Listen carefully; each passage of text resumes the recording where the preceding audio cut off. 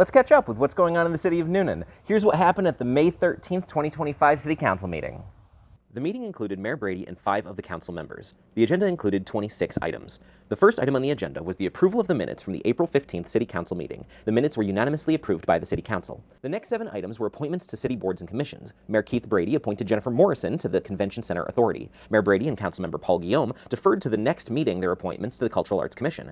Mayor Brady appointed Cindy Ellison to the Newnan Urban Redevelopment Agency and also appointed Lily Smith to the Youth Activities Commission. All appointments were unanimously approved by Council. Due to her absence, all appointments by Councilmember Jenkins have been deferred to the next City Council meeting. The next item was a discussion about changing the Code of Ordinances regarding evening noise. Currently, Chapter 10, Article 2, Section 1036 of the Code states that loud noises from construction and landscaping in residential areas needs to cease by 10 p.m. Mayor Brady expressed interest in changing the noise ordinance to require noises to cease at 8 p.m. Councilmember Dustin Karitko inquired about clarification regarding if the ordinance would be changed just for construction or if landscaping would be included since they are distinctly separated in the ordinance. Y'all, on landscaping, in the summertime, it gets dark pretty late. So if you're mowing your grass at 8:30, you may be okay. It was then optioned by Councilmember Rhodes Shell and Councilmember Karitko to change the noise ordinance to require construction noises to cease at 8 p.m. and landscaping noises to end at 9 p.m.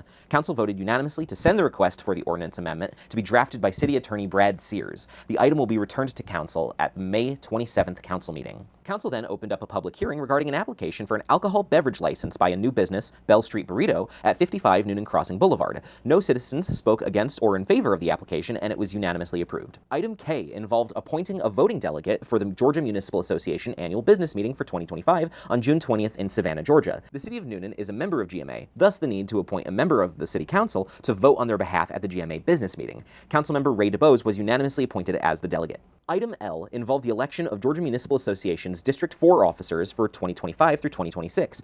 As previously stated, the City of Newnan is a member of GMA, and we reside in District 4 of GMA, along with cities and counties in Carroll, Heard, Coweta, Troup, Meriwether, Spalding, Pike, Lamar, Butts, and Upson counties. The position and people up for election include Michael Johnson, the mayor of Temple, for president of GMA District 4, Tammy Howe, a council member for Warm Springs, for the first vice president, Steve Fry, the mayor of Williamson, for second vice president, and Jacqueline Bridges, a council member of Carrollton, for third vice president. Council voted unanimously to approve the nominees for the District 4 officer race. Back in late March, City Council held a retreat to discuss topics they felt were pertinent to the city and were of future strategic importance. The confirmation of this report allows Council to oversee and clarify what is being asked of city staff. The report was unanimously approved. Next, Council discussed updating the city's bicycle and pedestrian facilities plan for 2025. At the council retreat held in late March, making bicycle and pedestrian travel a safer and more accessible form of transportation was discussed.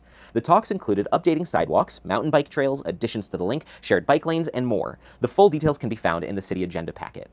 Councilmember Jim Thomason requested the addition of 2 items to the plans. First, he requested staff review amending an ordinance regarding the link becoming an amenity option offered by housing complexes in their creation. And second, he requested staff look into national organizations that could allow us to become certified as a bike and friendly runner community. Councilmember Karitko inquired about what those certifications will entail, to which Councilmember Thomason responded by saying that he'd like for the city to be officially recognized as bike and pedestrian friendly and asked staff to review the renewal details of those certifications. Staff will bring more information regarding certification to Council before they can take action on approving the bike and pedestrian facilities plan. Council then discussed the potential annexations of 27 parcels of island properties. Island properties are pieces of land associated with unincorporated Coweta County, completely surrounded by City of Newnan limits.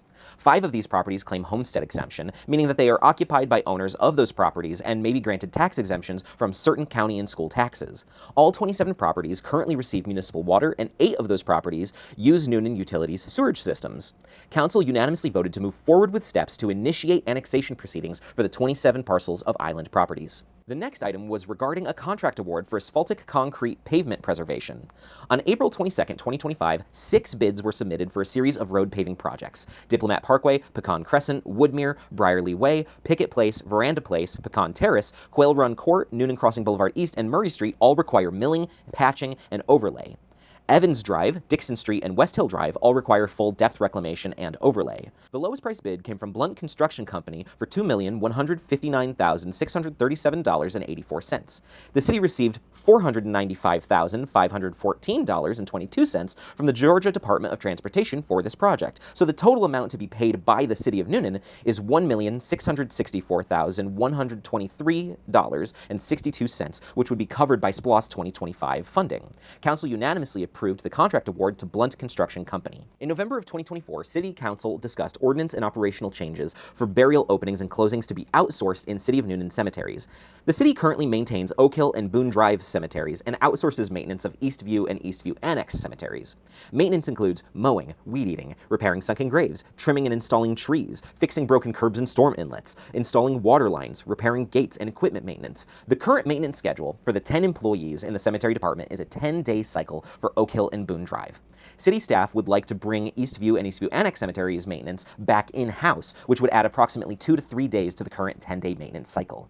The city also has plans to transition maintenance of Farmer Street Cemetery to in-house services, which would add approximately an additional day to the 10-day maintenance cycle. City staff believes that a 14-day maintenance cycle will create unacceptable conditions in our cemeteries, and to keep the 10-day work cycle while keeping opening and closing services in-house, the city would be required to hire potentially 4 new full-time employees, which costs $70,550 annually per employee. An ordinance amendment would be required to allow the city to contract the service of opening and closing graves to another organization. A request for proposals was announced after that November 2024 council meeting, and on January 7, 2025, 2 bids were received with pricing ranging from $850 to $900 for weekday services. The current charge for city staff to perform these services on a weekday is $600. Council unanimously voted to outsource burial opening and closing services and the text amendment of the code ordinances to allow the outsourcing. The next item concerned a 1-year contract extension to Southern Disaster Recovery for emergency debris removal services. After the city of Newnan was impacted by the EF4 tornado in 2021, the city entered into a contract with Southern Disaster Recovery for on-call debris removal. It was a 1-year contract with opportunities to extend the contract for 4 consecutive 1-year periods. Council considered whether or not to renew the contract one more time. No additional costs are required to keep the contract with SDR, since they are an on-call service and only charge the city in the event the city calls for their services. To not extend the contract could potentially impact the city's ability to receive Federal Emergency Management Agency funding, FEMA, in the case of a natural or man-made disaster. Council unanimously voted to extend the contract with Southern Disaster Recovery until April 29, 2026.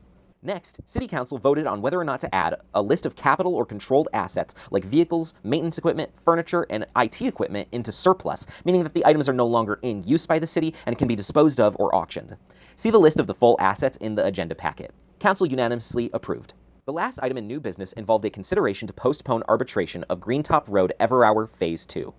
Back in 2022, NCTI LLC requested the annexation of a section of Greentop Road to create their Everhour housing community that would consist of 300 detached single-family homes as a part of Phase 1 of their Everhour plan.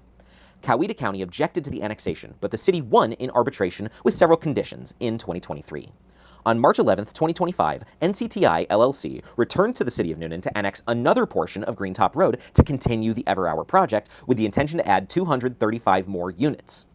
Council accepted the annexation request, and Coweta County again objected to the annexation. The dispute was submitted to the Georgia Department of Community Affairs, which set an arbitration panel for May 7, 2025. Due to the size of the Everhour project, including Phase 1 and 2 exceeding 400 housing units, the development of regional impact is required to conduct a study on the project.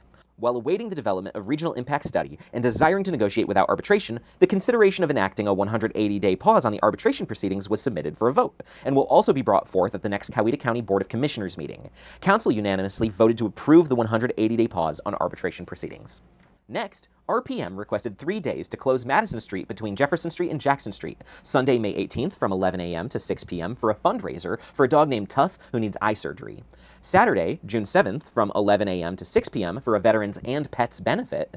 And Sunday, July 13th from 11 a.m. to 6 p.m. for a celebration for people who have participated in their previous fundraisers. Council unanimously voted to approve the street closures for all 3 dates. Bridging the Gap requested the use of C.J. Smith Park for their summer lunch program between May 27th and July 25th from 11:30 a.m. to 1:30 p.m. Council unanimously voted to approve the use of C.J. Smith Park. Rocky Hill Community requested the closure of Wesley Street between Richard Allen Drive and St. Clair Street on May 25th from 3 p.m. to 7 p.m. for their Rocky Hill Day event. Council unanimously voted to approve the street closure. Finally, Lolita Whitaker requested the closure of Paul Street between Pinson Street and Johnson Avenue on July 26th from 2 p.m. to 6 p.m. for their 5th annual Loved by Low Salon Back to School Bash. Council unanimously voted to approve the street closure. Council then went into a closed executive session to discuss real estate and legal issues.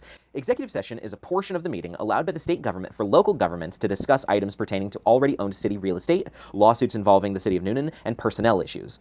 Thank you for being here and engaging with the city of Newnan. All the links to the agenda packet can be found in the description below. And don't forget to follow the city on Facebook, Instagram, LinkedIn, Nextdoor, and YouTube. See you next time.